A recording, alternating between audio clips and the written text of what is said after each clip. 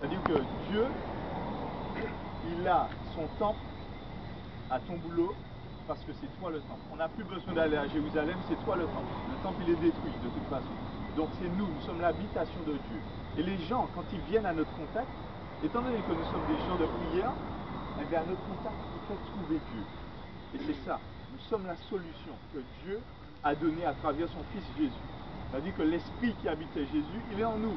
Donc on a la possibilité d'être dans le combat. Chacun de nous, on a tous nos problèmes, tous nos difficultés, tous nos péripéties, mais on sait que puisqu'on est sur le roc, le vent va venir, bien sûr, les vents vont souffler, la pluie va tomber, ça c'est ce que Dieu a dit que de toute façon c'est ça qui arrive, pour tous les autres. Mais que nous, puisqu'on est sur le roc, alors on sera inébranlable.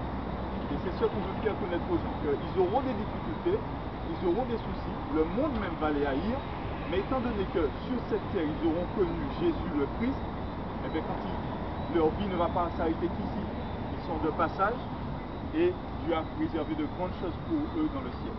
Aucun de nous avons le titre de pasteur ou d'apôtre, mais nous sommes des disciples de Jésus.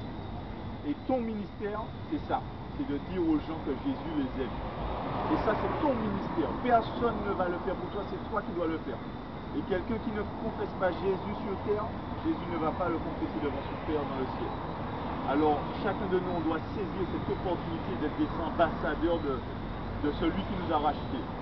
Et chacun de nous avons expérimenté plus d'une fois l'amour de Dieu à travers les difficultés, les problèmes, les soucis.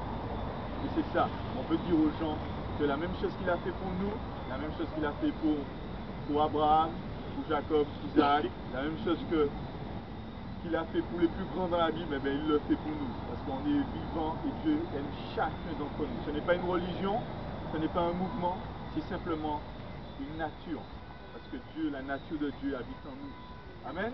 Amen. Alors que Dieu vous bénisse, qu'il vous encourage tous les jours. Je sais que ce n'est pas facile, mais cultivez ça, votre intimité avec le Seigneur. Et ça se passe dans la chambre, comme disait Mimi, ça se passe dans la chambre.